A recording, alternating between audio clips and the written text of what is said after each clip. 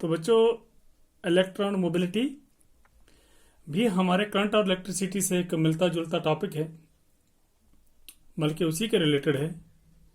ये होता क्या है कि किसी कंडक्टर में इलेक्ट्रॉन आपके किस तरह से चलते हैं, यानी अगर अच्छी तरह से मोबिलाइज होते हैं तो मैं बोलूँगा कि इलेक्ट्रॉन मोबिलिटी ज़्यादा है, और अगर थोड़ा कोई ऑब्स्ट्रक्शंस फील करते हैं, यानी अच्छी तरह से फ्लो नहीं करते, तो मैं ये कहूँगा कि मोबिलिटी कम है। अब आपको पता है कि इलेक्ट्रॉन मोबिलिटी मोटे मोटे तौर पे आपने समझ लिया। अब इसका मतलब क्या है? It is the ratio of drift velocity of the electron in an conductor to the applied electric field across the conductor. देखिए, ये हमारे पास एक कंडक्टर है। ये कंडक्टर हम सबसे पहले इसमें किस तरह से इलेक्ट्रॉन चलाते हैं, ये सोचने वाली बात है। इसमें बहुत नंबर ऑफ इलेक्ट्रॉन होते हैं। मैं आपको बता दूं, ये कंडक्टर है तो फ्री इलेक्ट्रॉन का रेशियो इसमें बहुत ज़्यादा। हम यहाँ पर एक पोटेंशियल डिफरेंस लगा देते हैं। पोटेंशियल डिफरेंस मतलब जो इलेक्ट्रॉन को किक करेगा, आगे की तरफ चलाएगा, एक ऐसी फोर्स। ये आपके पास पोटेंशियल डिफरेंस है, ये कोई V होगा। अब क्योंकि ये पॉजिटिव, तो ये एंड कैसा बन जाएगा? पॉजिटिव। ये कैसा बन जाएगा? नेगेटिव। तो इलेक्ट्रिक फील्ड किस तरह से सेटअप हो जाता है? ये देखें, कंडक्टर के इस साइड से इलेक्ट्रिक फील्ड इस तरह सेटअप हो जाता है, एक्सटर्नल इलेक्ट्रिक फील्ड। आपको पता है कि इसके अंदर नंबर ऑफ इलेक्ट्रॉन होते हैं, बहुत सारे इलेक्ट्रॉन होते हैं। तो जो इलेक्ट्रॉन है, क्योंकि वो नेगेटिव चार्ज है, तो वो toward the positive and, A and की तरफ मूव करना करेगा, मूव करना। अब क्योंकि वो ऐसे चलेगा, इसके आस्ता आस्ता चलने को हम क्या बोलते हैं? ड्रिफ्ट करना। और इस वेलोसिटी को क्या बोलते हैं? Drift velocity. मैंने पहले भी कहा था कि बहुत से इलेक्ट्रॉन होते हैं, जिग जैग मोशन करते हैं। कोई यहां जा रहा होता है, कोई यहां जा रहा होता है, कोई यहां जा रहा होता है। कब? जब हम इलेक्ट्रिक फील्ड नहीं लगाते हैं, तब की बात है। जैसे हम किसी कंडक्टर को इलेक्ट्रिक फील्ड लगाते हैं, ये इलेक्ट्रॉन जो यहां जाने की कोशिश करता है, देखो इलेक्ट्रिक फील्ड का मतलब ये हुआ, तो आपका ये पॉजिटिव और ये नेगेटिव। तो जो इलेक्ट्रॉन यहां जाने की कोशिश में था, वो अब यहां पहुंच गया। इसको बोलते हैं हम कि इलेक्ट्रॉन यहां से यहां ड्रिफ्ट हो गया। जो इलेक्ट्रॉन को यहां जा रहा था, वो अब यहां पहुंच गया, ये भी ड्रिफ्ट हो गया। किस वेलोसिटी के साथ? v1 के साथ, ये v2 के साथ। जो इलेक्ट्रॉन ऊपर जा रहा था, इलेक्ट्रिक फील्ड लगाने पर थोड़ा सा वो टर्न करके यहां चला गया। ये आपकी वेलोसिटी बन गई आपकी v3। इन सभी वेलोसिटी का एवरेज जब हमने निकाला था, तो उस एवरेज वेलोसिटी को हमने क्या बोला था? Drift velocity. तो ये इलेक्ट्रॉन इतना इस तरह से तो चलता है, लेकिन बीच में इसके अपने कर्नल्स और बॉडी ऑफ द कंडक्टर के साथ कोलिजन्स होते हैं। मैंने काफी तफसील में इसकी बात की है। इनका इस एंड से इस एंड की तरफ इलेक्ट्रॉन का चलना with the slow velocity, this is called drift velocity. और कितनी अच्छी तरह से चलेंगे, बगैर किसी रुकावट के चलेंगे तो मोबिलिटी ज्यादा, अगर किसी रुकावट के साथ चलेंगे तो मोबिलिटी कम। मोबिलिटी को ऐसे डिफाइन किया गया, यहां से देख लीजिए आप। सपोज करो, अगर हम पोटेंशियल नहीं लगाते, इलेक्ट्रिक फील्ड सेटअप नहीं होता। इलेक्ट्रिक फील्ड सेटअप नहीं होता तो इलेक्ट्रॉन नहीं चलता इन पर्टिकुलर डायरेक्शन, क्योंकि इलेक्ट्रॉन का काम क्या है? Opposite to the electric field चलना है।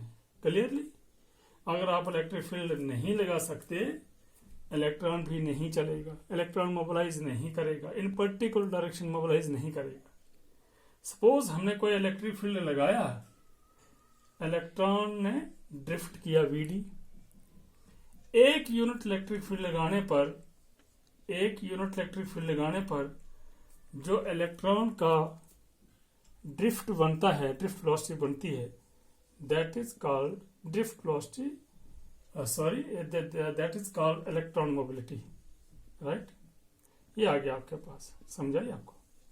ऐसे सपोज करो मैंने 1000 इलेक्ट्रिक फील्ड डेवलप करवाया, इलेक्ट्रॉन में वेलोसिटी आगे नंबर में 200 मीटर पर सेकंड। तो एक यूनिट इलेक्ट्रिक फील्ड लगाने पर आपके पास इलेक्ट्रॉन में जो ड्रिफ्ट वेलोसिटी बनती है, this is called electron mobility यानी ये बन गया 2, this is mu equal to 2। I hope कि आपको क्लियर हुआ होगा, क्योंकि हम पहले जान चुके हैं कि Vd होता है ई टाउ अपॉन m। ई क्या है? ई आपके पास चार्ज ऑन इलेक्ट्रॉन है, टाउ क्या है? Relaxation time, average relaxation time बोलना चाहिए था मुझे, average relaxation time, average relaxation time. m क्या है? Mass of electron. Average relaxation time क्या होता है? Let's have a look. वो मैं बाद में बता दूंगा, पहले एक्सप्लेन करें तो म्यू इक्वल टू Vd की जगह e tau upon m, e से ई कट गया, e tau upon m। This is the relation of the electron mobility. This mobility of electron is inversely proportional to mass of the charge particle, चाहे वो electron हो फिर कोई और charge particle हो सकता है। E is the constant and average relaxation time, जो मैं एक एवरेज लूंगा तो वो भी एक कांस्टेंट ही होगा, अभी मैं बताऊंगा। m आपके पास बचता है, फिर किसी चार्ज के लिए m ज्यादा, किसी के लिए कम हो सकता है। अगर कोई भारी चार्ज पार्टिकल है तो मोबिलिटी कम हो जाएगी, और अगर चार्ज पार्टिकल कम है आपके पास, यानी मास में कम है, तो मोबिलिटी और भी ज्यादा हो जाएगी, डिपेंड करता है। तो रिलैक्सेशन टाइम क्या होता है? हमने कहा कि ये एक्स्ट्रा बता रहा हूं मैं, क्वेश्चन आपका हो गया है। इसको देखिए, S I unit of the electron mobility is, यहां से देखें, velocity, simple drift velocity, nothing, it is a simple velocity, metre पर सेकंड। इलेक्ट्रिक फील्ड ई, इसका यूनिट क्या होता है? न्यूटन पर कूलम। कैलकुलेशन किया, मीटर पर second into C by N, coulomb by N, ये आपका बन गया ये। So average relaxation time, electron क्या करता है? यहां से चलता है, जब हमने इलेक्ट्रिक फील्ड नहीं दी होती है, ठीक है, यहां जाके वो किसी अपने कर्नल के साथ टकराता है, वो यहां मुड़ जाता है। देखिए, बड़े सारे नंबर ऑफ इलेक्ट्रॉन होते हैं, तो थर्मल एनर्जी पर क्या हो जाता है आपको याद होना चाहिए। थर्मल एनर्जी यानी कि आपका रूम टेम्परेचर पर, ये जो इलेक्ट्रॉन होता है, ये एक एटम है, इसका न्यूक्लियस है, ये इसका इलेक्ट्रॉन है, किसी कारण से ये छूट जाता है ये इलेक्ट्रॉन यहाँ, तो बचा हुआ पोर्शन आपका इस तरह से हो जाता है, ये इस पे पॉजिटिव चार्ज आ जाता है, ये कर्नल होता है। किसी कारण से इसका इलेक्ट्रॉन छूट गया है, ये पॉजिटिव चार्ज बच गए, यहां जाकर अपनी बॉडी से टकराया, फिर कैसे हुआ? ये ऐसे हो सकता है, यहां जाकर कोई एक और एटम था, थर्मल एनर्जी का अटैक हुआ, इसका इलेक्ट्रॉन निकल गया, पीछे आपके पास फिर एक कर्नल बचा, ये कर्नल इस तरह से होते हैं, ये कर्नल बचा, इसके साथ इसने कोलिजन किया, फिर ये ऐसे जाके टकराया, यानी इसमें मिलियंस एंड ट्रिलियंस के हिसाब से इलेक्ट्रॉन होते हैं, तो इस तरह का मोशन करता रहता है। तो यहां से यहां तक, पहले इसका कोलिजन एक यहां हुआ था, फिर यहां हुआ, बीच में जो इलेक्ट्रॉन है आपका, जिसमें कोई कोलिजन नहीं हुआ है, कम से कम वो उतने से टाइम में फ्री रहा है without any collision. This time, जितने टाइम में इसको किसी के साथ टकराव नहीं हुआ, that is called relaxation time, tau 1।